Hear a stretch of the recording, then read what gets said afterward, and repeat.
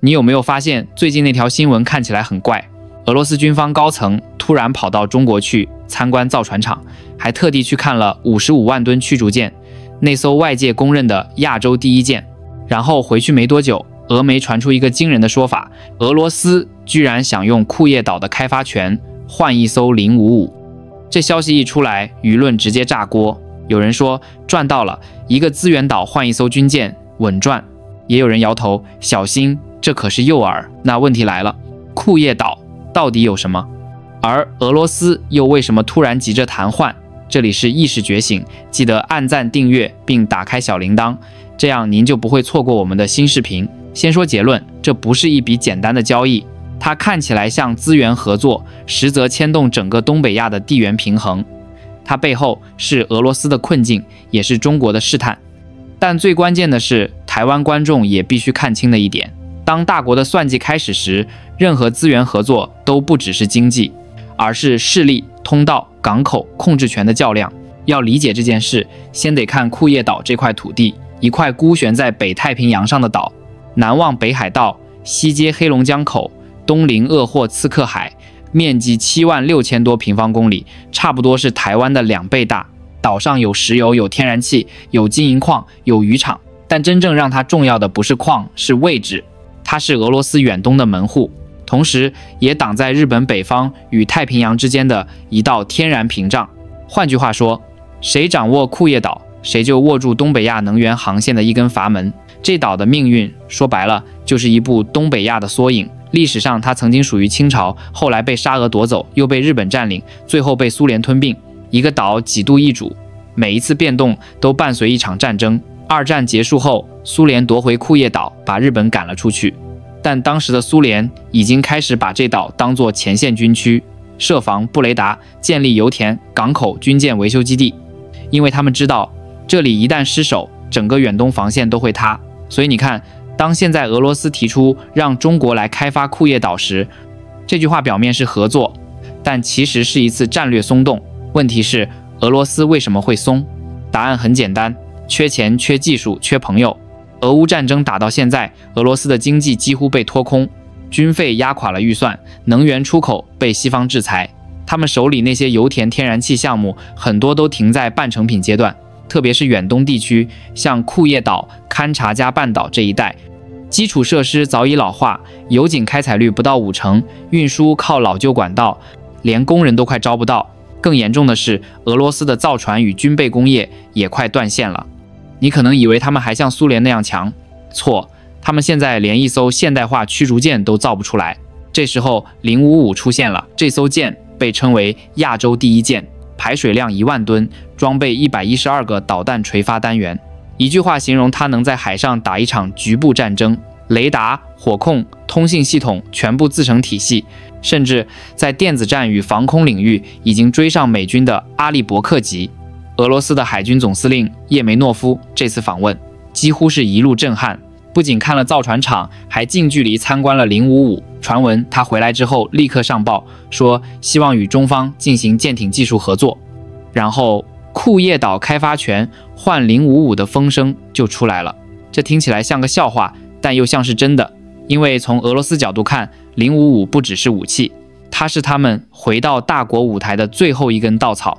现在俄罗斯海军的舰龄平均超过25年，他们的主力舰甚至还在用上世纪80年代的系统，电子雷达比不上，导弹射程比不上，舰载机连甲板都起不来。而055能带来的不只是舰体本身，还有电子系统、指挥架构、复合材料、舰载雷达与电力分配技术，那是俄罗斯梦寐以求，自己却造不出来的。所以当他们提出资源换舰的时候，其实是在用自己剩下的地理筹码换一口技术的呼吸。但问题是，对方要不要接？对中国来说，这提议看似划算，一个岛的开采权就能换一艘本国造出来的舰，听起来好像稳赚，可真要签下去，后果却不简单。首先是政治风险，库页岛离日本太近，一旦中俄联手在那里搞油气设港口，日本一定会反弹。日本本来就和俄罗斯有北方四岛争议，现在如果再看到中国的身影出现，对日本来说，这不只是能源威胁，而是战略包围。第二是国际信号，中国若真的答应，等于在俄乌战争未止的背景下公开支持俄罗斯，这不仅会得罪西方，也会引发一连串制裁与警惕。第三是经济现实，库页岛虽然资源丰富，但开发成本极高，冬季平均零下20多度，暴雪封山，要铺管道、修港口、建发电站，都是烧钱的项目。而且日本核煤企早已在那里扎根多年，中国企业后进场几乎不可能轻松分到好处。换句话说，看起来是机会，其实是雷区。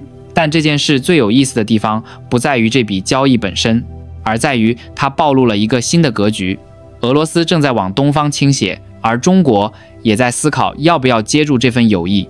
这场倾斜其实早在几年前就开始了。当俄罗斯被西方制裁时，他们不得不把能源出口改向亚洲，从原本的欧洲市场转向中国、印度、东南亚。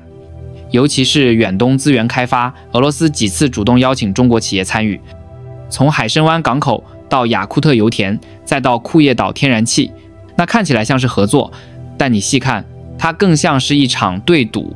俄罗斯赌自己还有资源能吸引中国，而中国则在赌俄罗斯还能撑多久。所以这笔055换库页岛的提议，表面上是资源换技术，实则是一场博弈的延伸。俄罗斯想要军舰，中国想要能源，两边都缺一样东西：信任。他们互相需要，但又互相防备，因为在国际关系里没有朋友，只有利益。到这里你可能会想问，那台湾呢？这事跟我们有什么关系？别急，这才是关键。库页岛的位置离台湾虽然远，但它背后的逻辑却是整个东北亚安全圈的镜像。一边是俄罗斯和中国，一边是日本、美国、韩国。任何一方的战略前移都会让另一边的防线重新布阵。换句话说，今天的库页岛可能就是明天的某个南海岛礁的影子。这就是第一幕。俄罗斯的算盘、中国的考量、地缘的暗流，全都在这场看似简单的交换背后暗暗流动。但问题还没完，如果这笔交易真的成了，那接下来谁才是最大的赢家？俄罗斯，还是另一个默默观察的日本？下段我们来揭开第二层，从库页岛到海参崴，俄国到底在布什么局？而台湾又能从中学到什么？如果说库页岛是东北亚的一把钥匙，那海参崴对俄罗斯叫弗拉迪沃斯托克，就是俄罗斯远东的门栓。门栓一旦拉开，整扇门都要跟着动。你看地图，它卡在日本海口门，北接西伯利亚铁路，南望朝鲜半岛，东面一出去就是北太平洋。这是什么位置？是兵无常势、海上必争的天然节点。港深海况稳，四季能作业，最重要，它是个不动港。对俄罗斯这种冬天把海面封死一大片的国家来说，不动港是命。所以海参崴从来不是一座普通城市，它是俄罗斯太平洋舰队的咽喉。但越是要害，越说明一件事：俄罗斯不可能也不愿意把远东的军事枢纽松手。这就解释了为什么他们愿意谈库页岛开发，却对海参崴主权只字不提。资源可以合作，锁门的钥匙不能给人。那你可能会问，既然海参崴这么关键，俄罗斯为什么还要在库页岛放出合作信号？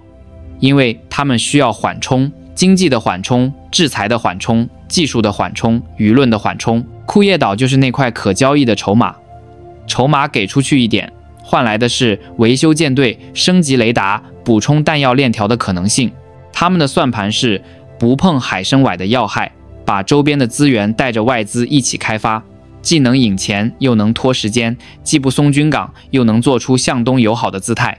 注意，这里有个细节很关键，俄方盯的不是买舰，而是买体系。055的价值不只在船体，而在指控系统、综合电力、雷达算法、弹药管理、联合作战。给你一艘舰，容易给你一整套能打成体系的思维方式才是真本事。而这种体系转移，任何国家都会谨慎再谨慎，所以就算新闻标题写得夸张，真正落地多半是友好参观、边缘技术合作、民用叠加军民两用的渐进模式。说白了，就是试水温。讲到这里，我们把镜头拉远一点看日本。日本在这盘棋里不会缺席，为什么？它和俄罗斯在北方四岛纠缠至今，它和库页岛隔海相望，海上渔场、油气通道、海底电缆全在一线之间。它又是美国印太战略里的主力支点，所以一旦中俄在库页岛的动作放大，日本一定会提高警戒线，从海上巡逻、岸基反舰乃至能源多元化布局都会跟着加码。这对台湾意味着什么？2句话：第一，别把资源合作当作单线经济议题，它会改变周边海空力量的巡航习惯与节奏。第二，一旦日本把北侧防线向上顶，南侧的节奏也会随之调整，台海周遭的侦巡频率、演训边界、补给线管理都会感受到风向。地缘政治永远是一体联动的。回到要不要答应的核心，表面看是换库页岛开发权军舰或技术，实质是权衡换到了什么，丢了什么，对内、对外、对长远分别意味着什么。我们来拆成3层。第一层，经济账，库页岛、冷远、南贵这4个字先写大，冬季低温、极端风暴、工程窗口期短，重装上岸、油气上岸、岸电配套，样样烧钱。曾经进入的日企、美企，基础扎得深，后入场就要么付溢价，要么啃边角。换言之，这不是现金奶牛，更像长期投资、高维护的项目。如果资金、技术、话语权拿不到对等位置，容易做成给别人抬轿，自己扛风险。第2层，政治账，你在库页岛越忙，日本越紧；你和俄罗斯越亲，西方越疑。国际政治里，站队成本往往不是事后结算，是及时扣款。关税、技术封锁、供应链绕行、资本撤离，都会在新闻发布会之后就动起来。任何拿到手的开发权都要配套测算可能失去的市场准入，这不是怕事，而是理性。第3层，安全账，合作是资源，误判是代价。只要现场出现军民两用的影子，所有邻国的雷达就会亮起来。在海上，一件事从民用过渡到可军用，速度往往比媒体反应更快。而一旦进入安全矩阵视角，谈判就不会是项目经理和工程师在谈，而是参联会、国安会、盟友情报官在桌下对表。你以为是油管，他们看的是航线；你以为是码头，他们盯的是补给点。这就是地缘政治的真实世界。那如果你是决策者，你会怎么选？全拒绝，可能错过能源与地缘对话的窗口；全答应，风险立刻变成现实的新闻标题。聪明的做法通常是台阶式，先从勘探与民用配套切入，技术合作锁定可出口、可分享、可追溯的范围，把节奏控在自己手里，不被议题推着走。一句话，用时间换空间，用可逆换可控。讲到这里，台湾的观察者角度就很重要了。我们不替任何一方背书，但我们必须懂得别人怎么下棋，才知道我们怎么布阵。台湾需要的不是看热闹，而是看门道。3个门道，记住就好。其一，能源多元是底线，只要东北亚的能源通道被重新配置，油价、运价、保险费率都可能波动。台湾是海岛经济，外贸占比高，能源进口依赖高，我们的策略要更快。LNG 接收站的弹性、再生能源的调度、产业电力的峰谷管理，都要提前模拟北向通道出状况的剧本。其二，供应链的第2条腿，当北边的风向不稳，南边就要更稳。东协的采购与生产基地，印度洋航线的备用港，与日本在高端零部件的互补协作，这3条腿越稳，台湾企业在波动里越有谈判空间。外部世界在变，但能交付、能按时、能保密的信任不变。我们要做的是把这种信任做厚。其3，资讯与风险判断的速度，越是地缘题，越怕信息滞后。台湾产业界最难的是错过窗口期，所以情报要走在媒体前面，海事动态、船期变化、保险公司附加条款、港口拥堵指数，这些看似冷门的指标，往往比新闻更早告诉你风往哪吹了。企业的战情室应该把这些常态化成周报，不要等危机再补课。现在我们把视角拉回那个最初的问题，库页岛换055，到底谁赚？短期看，俄罗斯赚到话题与谈判筹码；中期看，中国赚到资源溢价与地缘试探；长期看，日本在布局里最清醒，因为他把未雨绸缪当作日常。而台湾该做的是把别人下的棋变成我们练的功，练供应链的韧性，练能源的弹性，练判断的敏捷。但故事还没完，你以为俄方只会出1张牌布，真正让局面复杂的是他还有第2章、第3章。远东港口的内贸转运身份，与朝鲜铁路的弹性对接，甚至是在北极航道的新叙事。下一段我们来拆这3张牌。如果俄国把东方门栓往北极方向再推半步，这盘棋会不会直接把太平洋的节奏改写？而台湾如何在北极航道这张新地图里站到一个说话的位置？先说那张最容易被忽略但潜台词最重的牌——北极航道。别小看这一条从巴伦支海一路贴着俄罗斯北岸走到白令海的线，它不是旅游路线，它是改写航运时区的提案。传统亚洲、欧洲要么走苏伊士，要么绕好望角。一旦北极海冰期缩短，破冰能力提升，北极航道能把航程直接砍掉一大截。对企业关心的不是诗和远方，是天数和保险费率。俄方算盘很清楚，把北极航道变成收费的快速通道，能源外运的新叙事。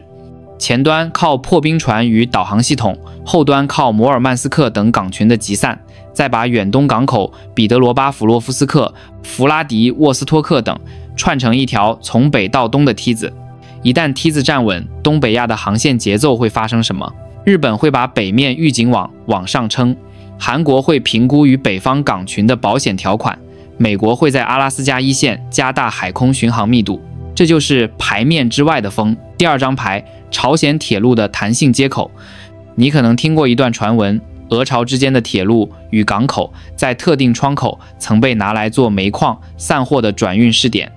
铁路口岸和罗仙港3号码头一度被炒得很热，重点不在当年做成了多少，而在这条线存在想象空间。对俄罗斯来说，它是一条能与远东港群甚至与东北亚海运网络打补丁的接口。对朝鲜，它是筹码；对周边，这是一道随时可以被打开，也随时可以被关上的阀门。别忘了，一切与铁路相连的港口，只要多一个保险条款的限制，多一个转运时段的限制，企业的交付就得重排班表。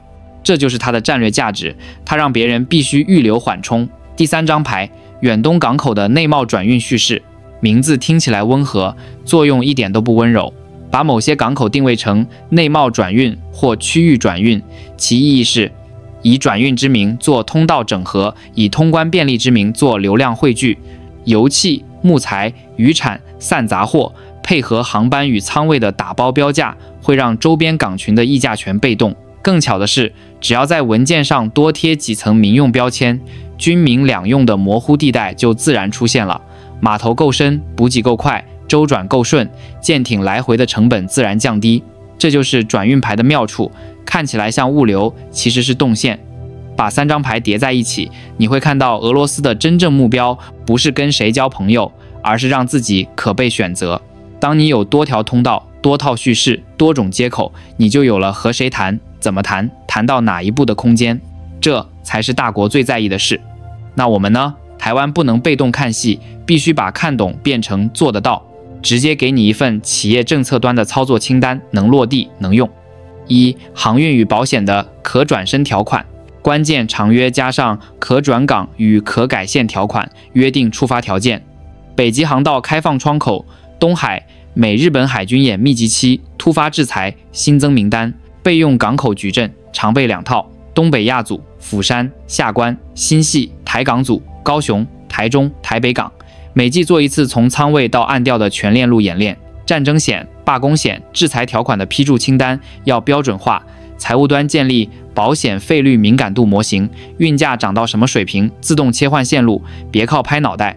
2、能源与电力的弹性配方 LNG， 确保一长一短2套合同组合，服饰处在 FSRU 做应急评估，至少留出季节性高峰的应急日库存。再生能源、离岸风电、储能的低峰日调度脚本提前排好，优先保障半导体与关键材料的负荷稳定。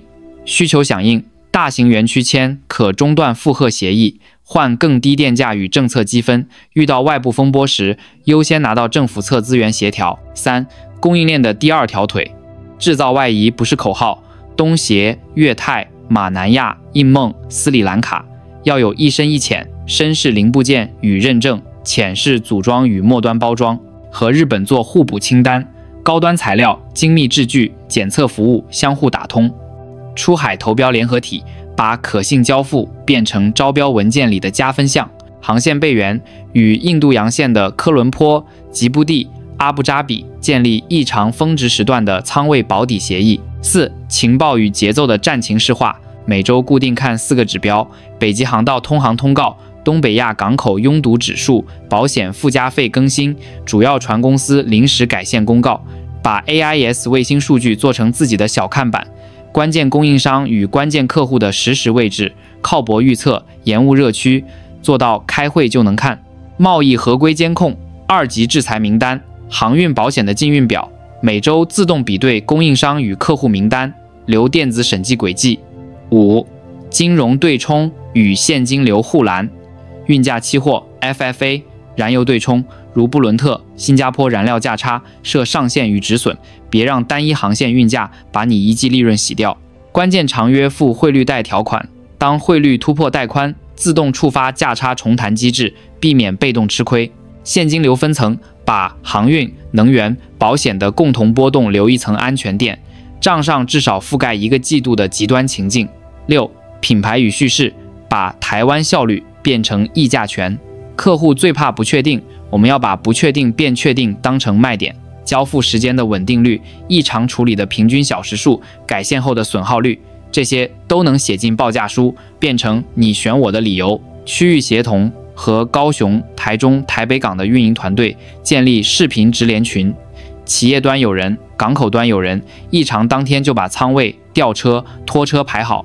7、政府侧的抓手，给你一句话大纲，关键航线稳攻机制，在特定风波时段，由政府协调航商与保险公司给关键产业开通绿色通道与保费折扣，战略能源缓冲池，拉高季节性库存上限，关键行业可申请峰值补贴与电力调度优先权。情报通报周会常态化，由经贸、交通、能源单位联合发布，企业照单操作，少走弯路。你发现没有？当我们把看懂的速度拉起来，把能做的清单落下去，别人出第几张牌其实就没那么可怕。可怕的是我们没有准备，而不是对方有筹码。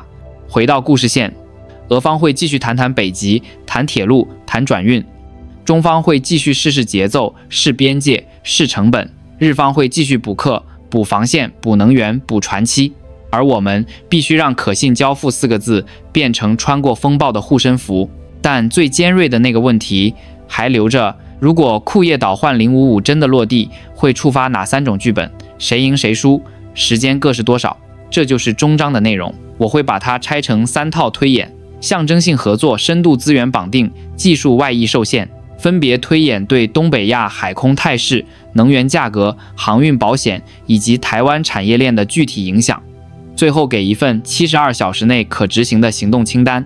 先把问题摆中间，如果库页岛开发权055真走到台面上，东北亚会出现哪3条路线？谁赢谁输？不看口号，只看代价与回报。剧本1：象征性合作，照相馆外交。画面是这样，双方签个框架备忘录，范围聚焦在勘探、科研、环保、渔业管理这些听起来温和的字眼。舰艇层面止步于参观、联训、边缘技术研习，海上活动稍微热闹一点，但不碰硬边界。短期谁得分？俄罗斯拿到东方在身边的舆论红利，给国内一个交代，也给谈判桌多一张筹码。中方在不触发强制制裁的边界内，拿到资源议价空间与地缘试探权。日本表面淡定，实务上会增派巡逻与演训频次，当作常规消耗。这条线对市场意味着什么？油气价格波动有限，航运保险可能加一点点区域附加，但更多是观察期。